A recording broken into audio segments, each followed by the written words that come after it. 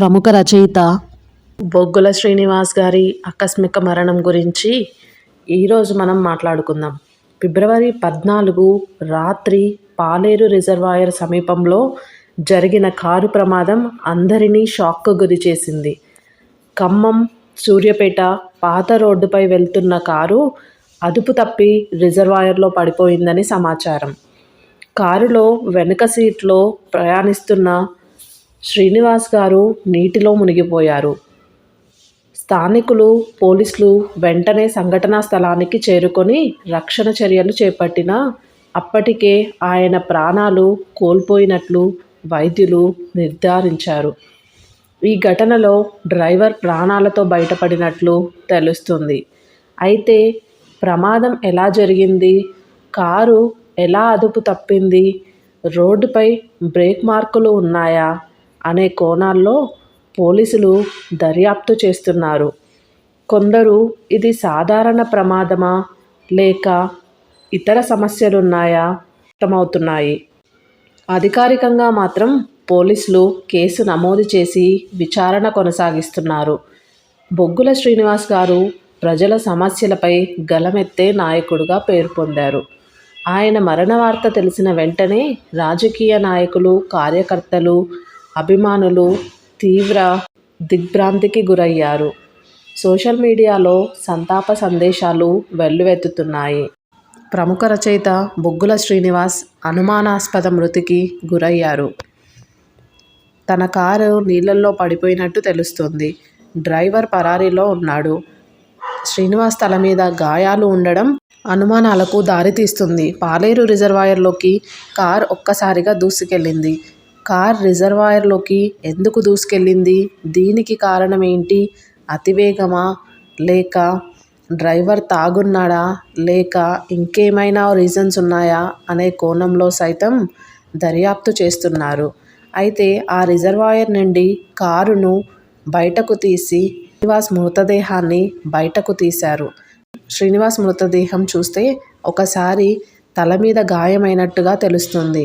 తల మీద గాయాలు ఉండటం, వంటి మీద గాయాలు ఉండడంతో శ్రీనివాస్ని ఎవరైనా ముందుగానే హత్య చేసి అనంతరం కారులో కూర్చోబెట్టి రిజర్వాయర్లో కారు పడిపోయినట్టుగా ప్రమాదంగా చిత్రీకరించి పనిచేశారా లేకపోతే నిజంగానే ఇదొక యాక్సిడెంటా అనంలో దర్యాప్తు కొనసాగుతుంది. అయితే డ్రైవర్ మాత్రం ప్రజెంట్ పరారీలో ఉన్నాడు. డ్రైవర్ కనీసము ఈ కారు యాక్సిడెంట్ను రిపోర్టు కూడా చెయ్యనట్టుగా తెలుస్తోంది. డ్రైవర్ ఎందుకు పరారీలో ఉన్నాడు, అసలు డ్రైవరు బయటకి ఎలా రాగలిగాడు అనేది డౌట్స్ను ఇంకా కూడా పెంచే విషయం. ఎందుకంటే డ్రైవర్ ముందు సీట్లో ఉన్నాడు, వెనుక సీట్లో ఇటు ఆ రచయిత బొగ్గుల శ్రీనివాస్ ఉన్నారు. వెనుక సీట్లో ఉన్న బొగ్గుల శ్రీనివాస్ లోపలే చిక్కుకుపోయి ఉంటే డ్రైవర్ మాత్రం బయటకు వచ్చేసి తన ప్రాణాలను కాపాడుకొని అనంతరం కూడా అక్కడి నుండి పరారయ్యాడు.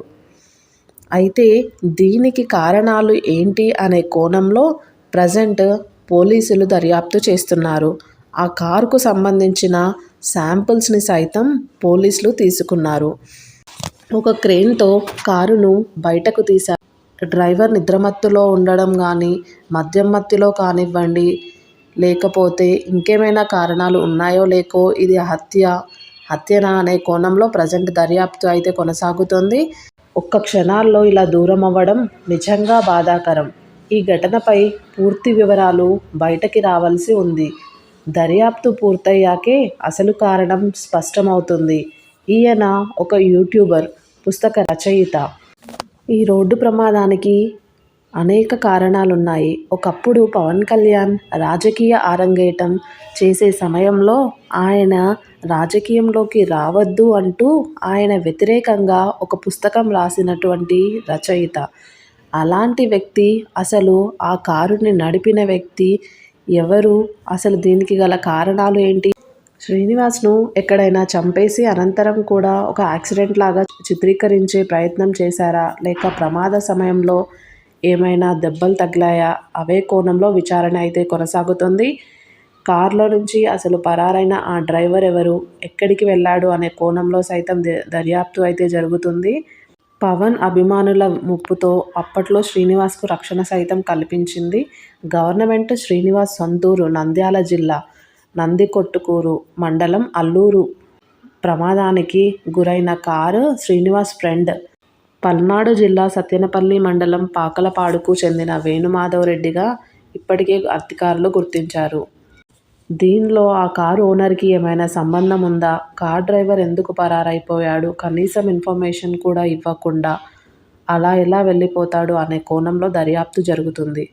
అండ్ బొగ్గుల శ్రీనివాస్ నుదిటిపై, ముఖంపై కూడా ఆ గాయాలు ఉన్నట్టుగా తెలుస్తుంది. ఆ గాయాలకు గల కారణాలు ఏంటి, ప్రమాదంలో జరిగిన గాయాల అంటే కార్ కింద పడిపోతున్నప్పుడు ఏమైనా తగిలాయా, లేకపోతే ముందుగానే చేసేసి అనంతరం కారులో కూర్చోబెట్టి యాక్సిడెంట్గా చిత్రీకరించారా అనేది తెలియాల్సి ఉంది.